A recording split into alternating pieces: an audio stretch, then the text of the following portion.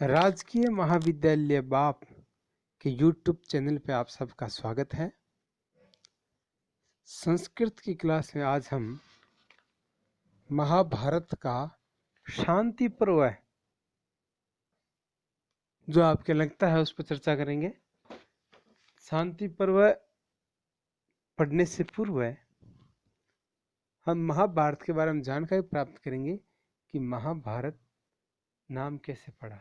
कई बार प्रश्न आता है कि महाभारत के नाम का वर्णन कीजिए किस प्रकार से इसकी क्रम क्या है महाभारत तक पहुंचने का, या महाभारत के अंदर कितने श्लोक है, इस प्रकार के प्रश्न आते हैं। तो साथियों, महाभारत में कुल 1,00,000 श्लोक है, इसीलिए इस ग्रंथ को शत सहस्री संगीता के नाम से भी जाना जाता है। विद्वानों के मतानुसार श्लोक संख्या की दृष्टि से महाभारत के 3 विकास क्रम है। पहला जय, दूसरा भारत और तीसरा महाभारत।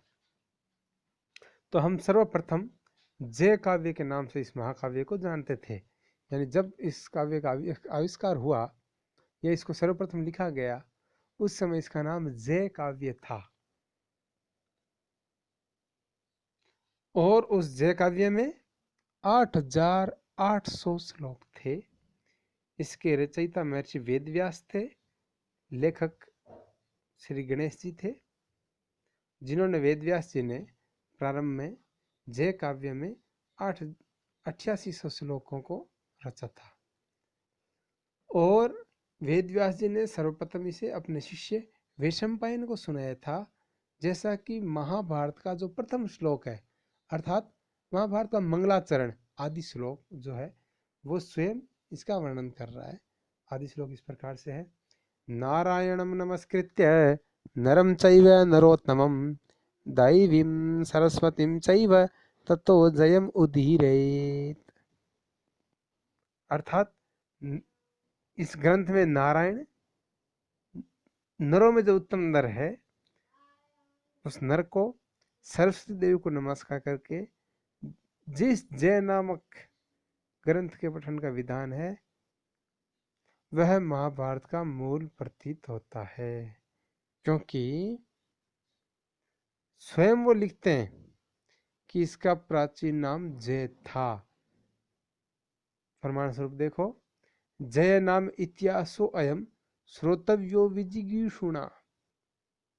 क्या जानने की इच्छा वाले व्यक्तियों को कि कुछ हम इतिहास को जाने, उनको जय नामक इतिहास पढ़ना चाहिए। तो इस प्रकार से सिद्ध होता है कि महाभारत का जो सर्वप्रथम विकास क्रम का जो प्रथम विकास था, प्रारंभिक रचना थी, उसका नाम जय था। और उस जय काव्य का लेखक महर्षि वेदव्यास जी थे और उन्होंने श्री गणेश जी को से लिखवाया था और सर्वप्रथम अपने शिष्य वैशंपायन को सुनाया था। अब दूसरे नाम पर चर्चा करते हैं। दूसरी अवस्था में इसका नाम भारत पड़ा और इसमें अनेक राजनीति आदि विषय सम्मिलित किए गए और श्लोकों की संख्या 24,000 हो गई। इसलिए एक श्लोक इसमें आया भी है कि चातुर्विंशति सहस्री चक्रे भारत संगीता उपाख्यान विना तावत भारतम प्रोच्यते बुधई। अर्थात जब 24,000 श्लोक थे तब अनेक विषय इसमें प्रविष्ट हुए, लेकिन उपाख्यान से रहित था तब तक, यानी कथाएं नहीं थी, उपाख्यान जोड़े नहीं गए तब इनका। और इस भारत काव्य को वैशंपायन ने, जो वेदव्यास का शिष्य था, वैशंपायन ने नाग यज्ञ में जन्मेजय को सुनाया था। नाग यज्ञ के अंदर इन्होंने जन्मेजय को राजा हुए उनको सुनाया था, तब इनका नाम महाभारत पड़ा। तो सारी निकलता महाभारत में 24,000 श्लोक है और वैशंपायन ने नाग यज्ञ के समय जन्मेजय को सुनाया था। अब जो वर्तमान में हमें उपलब्ध हो रहा है उसका नाम महाभारत है। तो इस महाभारत के अंदर 1,00,000 श्लोक है, इसीलिए इस ग्रंथ को शत सहस्री संगीता के नाम से भी जाना जाता है। तो इस महाभारत को नैमिषारण्य के अंदर शौनक आदि कि 12 वर्षीय सत्र में, 12 वर्षीय सत्र चला था, उसके अंदर लोमहर्षण के पुत्र सोती को सुनाया था।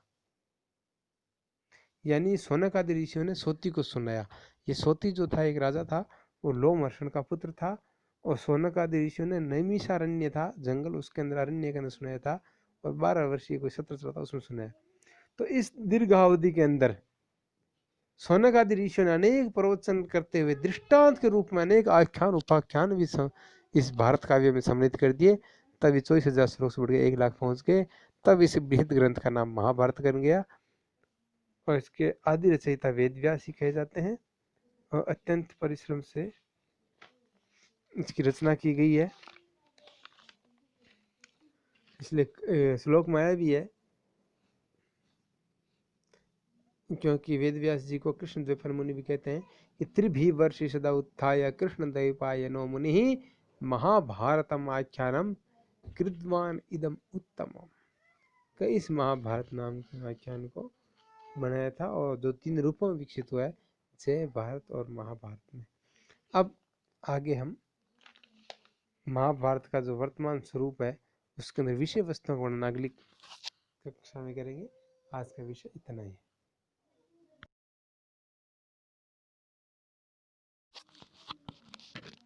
राजकीय महाविद्यालय बाप के YouTube चैनल में आप सबका स्वागत है।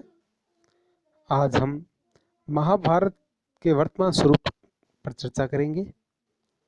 जैसा कि आप सबको ज्ञात है कि महाभारत में कांड कौरवों और पांडवों की कथा का वर्णन है। इसमें कुल 18 पर्व है। प्रत्येक पर्व की संक्षिप्त कथा वस्तु मैं प्रस्तुत कर रहा हूँ। जो सर्वप्रथम पर्व है उसका नाम आदि पर्व है। आदि पर्व में चंद्रवंश का विस्तृत इतिहास तथा कौरव पांडवों की उत्पत्ति का वर्णन है। दूसरा सभा पर्व, सभा पर्व में द्युत क्रीड़ा का वर्णन है। वन पर्व में वनवास का वर्णन है, पांडवों को वनवास हुआ था। विराट पर्व में पांडवों ने जो अज्ञातवास निकाला था उसका वर्णन है। 5वां उद्योग पर्व है, जिसमें श्री कृष्ण दूत बनकर कौरवों की सभा में जाते हैं और शांति स्थापित करने का प्रयास करते हैं, उद्योग करते हैं।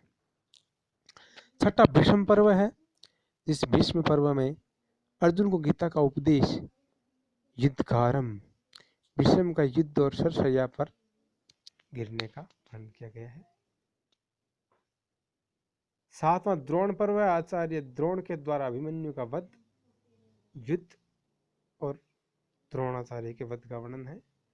8वां पर्व कर्ण पर्व है, जिसमें कर्ण के युद्ध और कर्ण के वध का वर्णन है।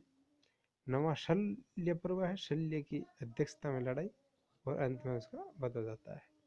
10वां सौप्तिक पर्व है, यानी सोते हुए पांडव के पुत्रों का रात में अश्वत्थामा द्वारा वध का वर्णन है। 11वां स्त्री पर्व, स्त्रियों का विलाप वर्णित है। 12वां शांति पर्व है,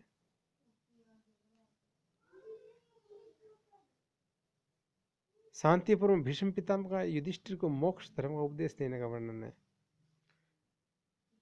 उसके बाद अनुशासन, अश्वमेध आदि कुल 18 पर्व है। तो हमारा शांति पर्व पाठ्यक्रम में लग रहा है। तो ये 18 जो आपके विषय है, पर्व है, इन्हें विभिन्न विषयों को समझाया गया है। और महाभारत के शुरू के बारे में जानने चाहें तो इसके अंदर उपाख्यान अनेक प्रकार के, उपाख्यान का मतलब कथाएं होती, उन कथाओं के माध्यम से समझाना। तो उपाख्यानों की अपनी विशेषताएं होती है। इसके अंदर सबसे पहला जो आदि पर्व है उसके अंदर सर्वाधिक उपाख्यान प्राप्त होते हैं।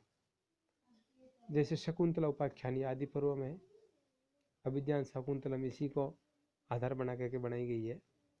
इसमें दुष्यंत और शकुंतला की मनोहर कथा है। कालिदास के शाकुंतलम नाटक का आधार यही है।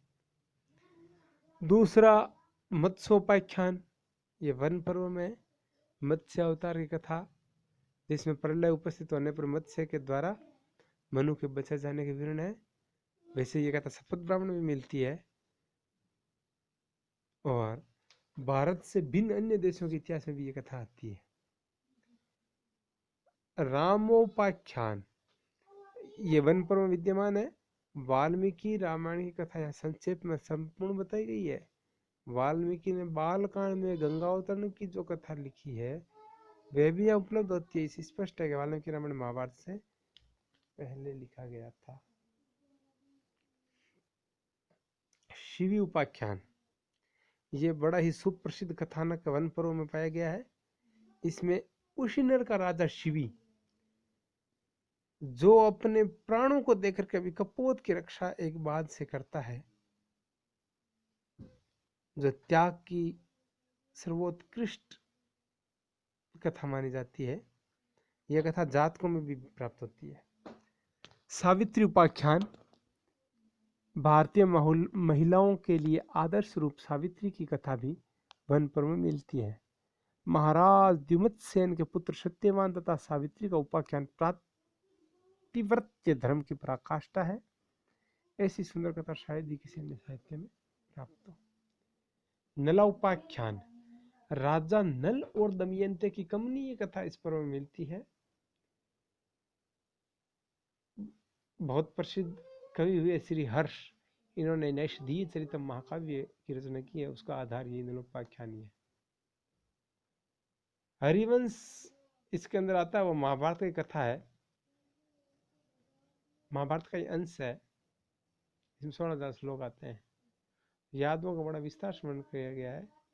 तो हरिवंश पर्व के अंदर श्री कृष्ण के पूर्वजों का वर्णन है। विष्णु पूर्व में श्री कृष्ण की लीला का विस्तार है। भविष्य पर्व में श्री कलयुग का प्रभाव का कथन है। इस प्रकार से महाभारत के अंतर्गत ये सब आते हैं। इसके अलावा महाभारत में भारतीय साहित्य का सर्वश्रेष्ठ ग्रंथ भगवत गीता इसी के अंतर्गत आता है। विष्णु सहस्त्रनाम, अनुगीता, भीष्म स्तवराज आध्यात्मिक और भक्तिपूर्ण ग्रंथ यहाँ पर उद्धृत है। और इसका इतना ज्यादा महत्व है, उस महत्व को देखते हुए महाभारत को 5वां वेद कहा गया है। भारतम पंचमो वेद, महाभारत 5वां वेद है। इसके अतिरिक्त कुछ अन्य कथाएं भी आती है, जैसे जन्मेजय की नाग कथा, नाग यज्ञ की कथा, समुद्र मंथन की कथा, कद्रुविनता की कथा, च्यवन ऋषि और सुकन्या की कथा, इंद्र वृत्तासुर की कथा, मनु प्रलय वाली बताई दी थी आपको, अग्नि की परिणय कथा, मृत्यु की कथा और ऋषि श्रृंग की कथा, अगस्त्य की कथा, विश्वामित्र और वशिष्ठ के संघर्ष की कथा, आरुणि की कहानी, नचिकेता की कथा इत्यादि सब आती है। रामायण की तरह महाभारत के भी अनेक संस्करण छपे हुए हैं, जिसमें मुख्य रूप से आपको पता है कलकत्ता, मुंबई, मद्रास और पुणे, ये 4 है। और 4 संस्करण भी बड़ा प्रसिद्ध है। और वैसे महाभारत का जो काल के बारे में आप चाहो तो सर्वमान्य मत है कि कम से कम 5 ईस्वी पूर्व इसकी उत्पत्ति हुई थी न्यूनतम, यानी ईसा से 5 साल पहले इसको सभी ने महाभारत को स्वीकार किया। भारतीय मतानुसार 5000 वर्ष पूर्व इसकी रचना हुई थी। ये आप महाभारत के स्वरूप के बारे में आप ये लिख सकते हो। राजकीय महाविद्यालय बाप के YouTube चैनल पर आप सबका हार्दिक स्वागत है। आज हम महाभारत के शांति पर्व के अंदर जो 192 अध्याय है, 192 अध्याय, उसके अंतर्गत प्रतिपाद्य विषय क्या है। तो वैसे प्रतिपाद्य विषय की दृष्टि से इसको 3 हिस्सों में मोटे तौर पर बांटा गया है: राज धर्मानुशासन, आपद धर्म और मोक्ष धर्म। राज धर्म के अंदर प्रारंभ में युधिष्ठिर जी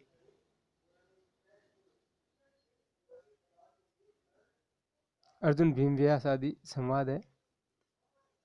युधिष्ठिर श्री कृष्ण एवं भगवान भीष्म आदि का भी संवाद है। तो इसमें राज धर्म की सारी बातें की गई है। आपद धर्म, आपत्ति के समय करणीय कर्म कौन से हैं उसके बारे में मोक्ष धर्म के अंदर बताया गया है। मोक्ष के साधन क्या है, आत्म तत्व क्या है, परमात्मा क्या है, पंचभूत मन बुद्धि आदि प्रकाश डाला गया है। प्रतिपाद्य विषयों की दृष्टि से इसको 5 भागों में विभाजित किया जा सकता है।